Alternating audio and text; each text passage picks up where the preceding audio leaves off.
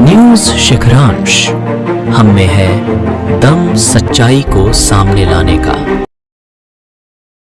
समाचारों से जुड़े रहने के लिए हमारे चैनल को सबसे पहले सब्सक्राइब करें। समाचार अगर पसंद आए तो लाइक, कमेंट्स और शेयर जरूर करें।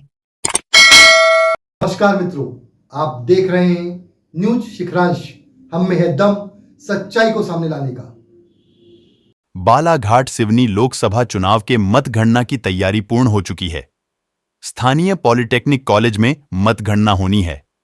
बालाघाट जिलाधीश डॉक्टर गिरीश कुमार मिश्रा और पुलिस अधीक्षक समीर सौरभ ने मतगणना को लेकर पत्रकार वार्ता ली।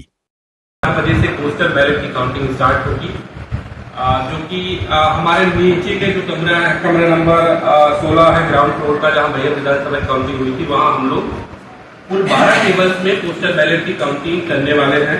हमको जो पोस्टल बैलेट प्राप्त है वो 4526 है और ईटीपीवीएस हम लोगों ने 2107 इशू किए थे।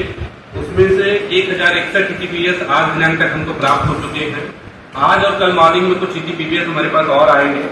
ईटीपीवीएस की काउंटिंग हम लोग उसी हॉल में 4 टेबल्स पे प्री काउंटिंग पहले करेंगे, स्कैनिंग करेंगे। उसमें पार्टी के सभी एजेंट्स उपस्थित रहेंगे। जहां तक ईवीएम काउंटिंग का प्रश्न है, हम लोगों ने इस बार मूवमेंट में क्रिस क्रॉसिंग ना हो, इसके लिए हमारे सभी जो ऊपर के कक्ष हैं वहां हम लोगों ने विधानसभा थोड़ा चेंजेस किए। विधानसभा में हमारा स्ट्रांग रूम से ही अगर हम बात करें तो पहले हमारा परसवाड़ा का स्ट्रांग रूम है, परसवाड़ा के बाद हमारा लांजी का है, लांजी के बाद हमारा बालाघाट का है।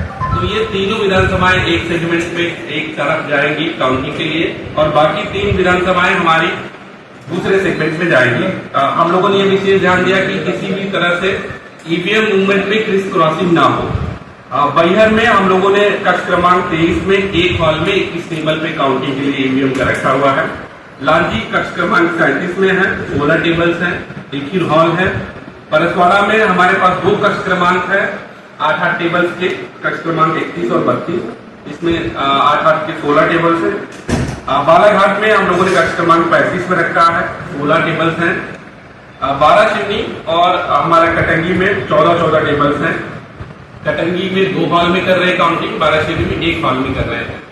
काउंटिंग की सारी व्यवस्थाओं को हम लोगों ने कैंडिडेट्स और उनके निर्वाचन अभिकर्ताओं को एक बार विजिट करा दिया है पिछले 4 दिन पहले। उनको कितने एजेंट नियुक्त करने हैं इस संबंध में उनको ब्रीफिंग दी जा चुकी है। हमारे 97 टेबल्स हैं, तो 97 एजेंट उनके ये रहेंगे, प्लस सभी ARO टेबल पे वो एजेंट अपने नियुक्त कर सकते हैं। 12 हमारे पोस्टल बैलेट जहां टेबल्स रहेंगे उन पे उनके काउंटिंग एजेंट्स रहेंगे और 4 हमारे ईटीपीवीएस है, उन पे वो अपने एजेंट नियुक्त कर सकते हैं। अगर कैंडिडेट को ये आवश्यकता लगती है कि उसको निर्वाचन अभिकर्ता अतिरिक्त चाहिए तो वो भी हम लोगों ने फैसिलिटीज दी हुई है कि आप एक अतिरिक्त निर्वाचन अभिकर्ता नियुक्त कर सकते हैं जो पार्टी के कैंडिडेट को रिप्रेजेंट करे। जहां तक आईडी का सवाल है, सभी लोगों को आईडी उपलब्ध करा दी गई है। हम लोगों ने मीडिया सेंटर बाहर रखा है। मीडिया सेंटर में भी हम लोगों ने 4 कूलर एसी, 2 एसी की पर्याप्त व्यवस्था की है। कैंडिडेट्स के लिए छत पे पार्टी के कैंडिडेट्स और उनके निर्वाचन अभिकर्ताओं के लिए जो सुपरविजन में रहेंगे उनके लिए छत पे व्यवस्थाएं की गई हैं। हम लोगों ने प्रयास किया है कि सभी जगह कूलर की व्यवस्था रहे गर्मी को देखते हुए, साथ ही साथ मठा, छाछ और इस सब की व्यवस्थाएं भी हम लोगों ने रखी हुई हैं ताकि एक अच्छे वातावरण में हम लोग काउंटिंग करा सके। बहुत ही कॉम्प्रिहेंसिव व्यवस्था की गई है मतगणना को लेकर। इलेक्शन कमीशन के लगातार जीसीबी इस संबंध में होती रही है और उसमें जो भी डायरेक्शंस चुनाव आयोग के रहे उन सभी को फैक्टर करके एक अच्छी मतगणना के लिए व्यवस्था देने का प्रयास प्रशासन कर रहा है। कंटीजेंसी प्लानिंग के विषय में सर ने बता दिया, पॉलिटिकल पार्टीज को अवगत करा दिया गया, उनकी स्टैंडिंग कमेटी की बैठक ले ली गई है। कौन अंदर आ सकता है, किनको किनको अलाउड है, ये इलेक्शन कमीशन से चर्चा करने के बाद उनको अवगत करा दिया गया है कि कौन कौन किस स्तर के लोग कौन कौन आ सकते हैं, कितने लोग आ सकते हैं, क्या लाना नहीं लाना। जैसा विधानसभा में था लगभग उसी तरह का रहेगा, पर चूंकि ये लोकसभा के चुनाव में कुछ अलग चेंजेस थे तो वो स्टैंडिंग कमेटी के थ्रू सभी पार्टीज को बताया गया। इलेक्शन कमीशन की काउंटिंग को लेकर जो गाइडलाइंस है 3 टियर सिक्योरिटी अरेंजमेंट की गाइडलाइंस है, जिसमें कि जो इनर टीयर है, जो बिल्कुल ईवीएम जहाँ पे स्टोर्ड है, स्ट्रॉन्ग रूम के बाहर की व्यवस्था और साथ में काउंटिंग हॉल के बाहर की व्यवस्था वो सीआरपीएफ की कंपनी है वो देख रही है। जो मिडिल का कॉर्डन है जहाँ पर गेट नंबर 1 और 2 जैसा सब चर्चा कर रहे थे, वो वहाँ पर, और अंदर के जहाँ पे फ्रिस्किंग के पॉइंट्स है वहाँ पे एसएफ का बल रहेगा, एसएफ विशेष सशस्त्र बल का। और आउटर कॉर्डन में जो 100 मीटर का लगभग एक नो व्हीकल जोन रहता है, वो हम लोग यहाँ सेम चौक से स्टार्ट करते हैं, उधर पीछे तरफ जाको घाट से स्टार्ट करता है। वो वाला एरिया 100 मीटर का जो नो व्हीकल जोन है वो जिला पुलिस और बाकी की व्यवस्था जिला पुलिस देती है।